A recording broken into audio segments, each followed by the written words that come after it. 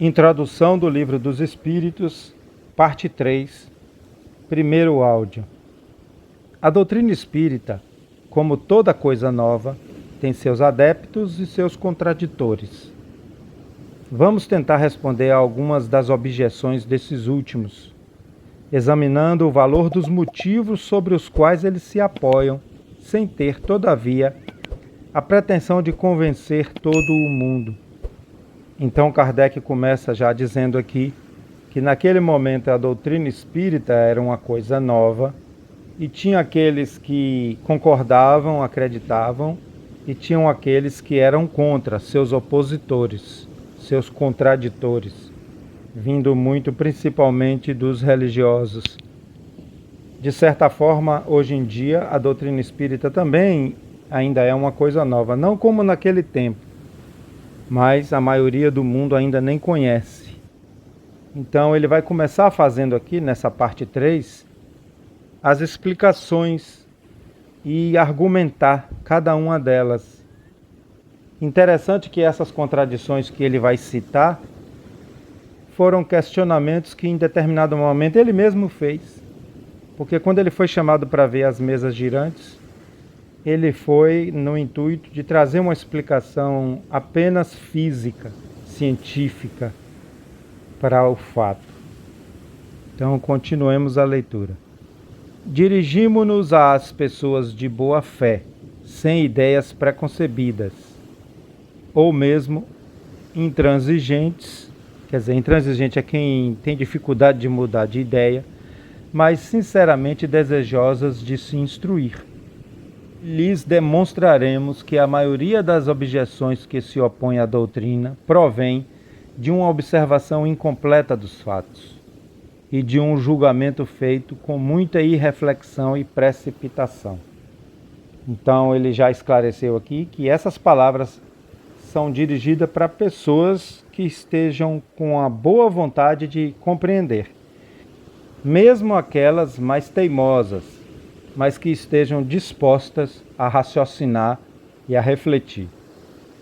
Lembraremos primeiro, em poucas palavras, a série progressiva dos fenômenos que deram nascimento a esta doutrina. Então, antes de argumentar aqueles que contradiziam a doutrina, ele vai fazer aqui uma lembrança de como as coisas começaram. O primeiro fato observado foi o de objetos diversos colocados em movimento. Designaram-no vulgarmente sob o nome de mesas girantes ou dança das mesas. Então ele já começa aqui falando do famoso fenômeno no meio espírita, né? As mesas girantes. Mesas que giravam e até saíam do chão, flutuavam, sob o efeito da mediunidade de efeito físico. Esse fenômeno, que parecia ter sido observado primeiro na América, ou antes, que se renovou neste continente, porque a história prova que ele remonta à mais alta antiguidade. Produziu-se acompanhado de circunstâncias estranhas, tais como ruídos insólitos, pancadas sem causa ostensiva conhecida. Ruídos insólitos, ele quer dizer que são ruídos incomuns, raros, né? Que acontecem fora do normal.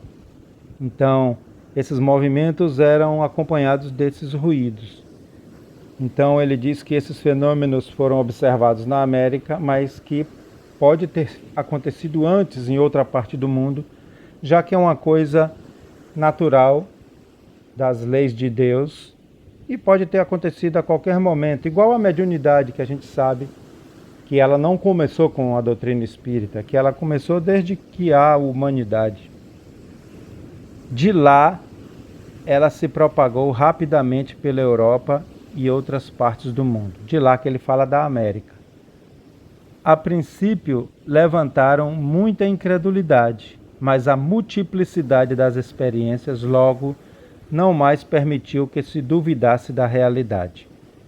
Então, no início, achavam que era enganação, que era charlatanismo, mas logo tiveram que se render pela quantidade de fatos que aconteciam. Na verdade, esse fenômeno que ele falou que se espalhou, ele começou a ser observado, né? Ele começou a ser comentado e estudado, porque sempre aconteceu, sempre existiu. Quando ele fala na América, não foi a mesa girante. A mesa girante começou na França. Ele está falando que começou na América esses fenômenos físicos, né? Na América a gente tem o relato do caso das irmãs Fox, que ele deve falar adiante. Se esse fenômeno tivesse sido limitado ao movimento dos objetos materiais, poderia se explicar por uma causa puramente física. Estamos longe de conhecer todos os agentes ocultos da natureza e todas as propriedades daqueles que conhecemos. Então, a partir daqui, ele vai mostrar assim: se os fenômenos que aconteceram fossem apenas coisas físicas, movimento de objetos, sons, barulhos fora do normal, se fosse apenas isso, poderia-se buscar uma causa material, uma causa física. Como se faz com qualquer fenômeno novo, a ciência vai lá e estuda, né? Então ele começa aqui a ele mesmo falar como se fosse um opositor. Ele mesmo começa a dar explicações. A eletricidade, aliás, multiplica cada dia ao infinito os recursos que proporciona ao homem e parece dever iluminar a ciência com uma nova luz. A eletricidade era algo muito novo, né? No século XIX, eles estavam ainda desenvolvendo tudo que a eletricidade podia dar e ainda não estava sendo usada. Não haveria, pois, nada de impossível em que a eletricidade, modificada por certas circunstâncias ou outro agente desconhecido, fosse a causa desse movimento. A reunião de várias pessoas, aumentando a força de ação, parecia apoiar essa teoria porque se poderia considerar esse conjunto como uma pilha múltipla cuja força está na razão do número de elementos. Então, como a eletricidade era uma coisa que estava sendo descoberta e estudada, eles admitiram a hipótese de haver alguma outra força associada a essa eletricidade que ainda não conhecia e poderia estar fazendo isso. E ele bota aqui que a reunião de várias pessoas aumentava a força da ação. E ele faz uma comparação com pilhas. Você juntar uma pilha na outra, aumenta a força. E quanto mais pessoas tinham, mais a força do elemento aumentava. O movimento circular não tinha nada de extraordinário. Está na natureza. Todos os astros se movem circularmente. Os astros que ele fala, os planetas, os satélites como a Lua, as estrelas, tudo se move circularmente. As galáxias.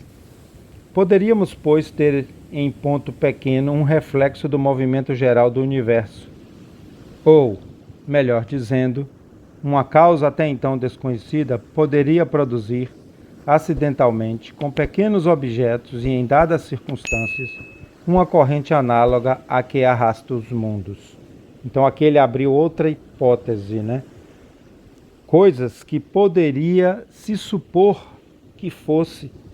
Você vê que aqui ele bota um pensamento bem científico, né? De levantar hipóteses, de buscar possíveis causas para explicar aqueles fenômenos.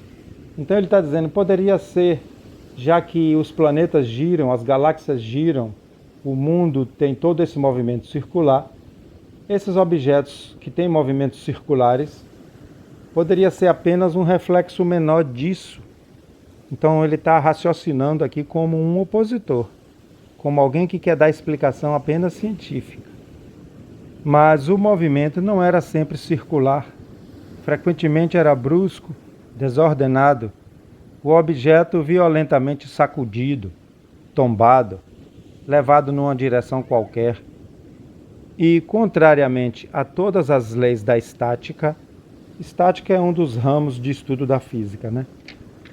Levantado da Terra e mantido no espaço. Então, falando contrário tudo ao que se conhecia da física, o objeto se levantava e ficava no espaço. Nada ainda nesses fatos que não se possa explicar pela força de um agente físico invisível.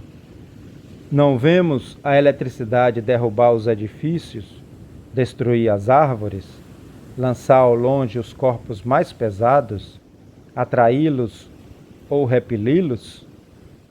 Então, percebemos que Kardec está levantando possíveis explicações não espirituais para aqueles fatos observados. No próximo áudio ele continua esse trabalho.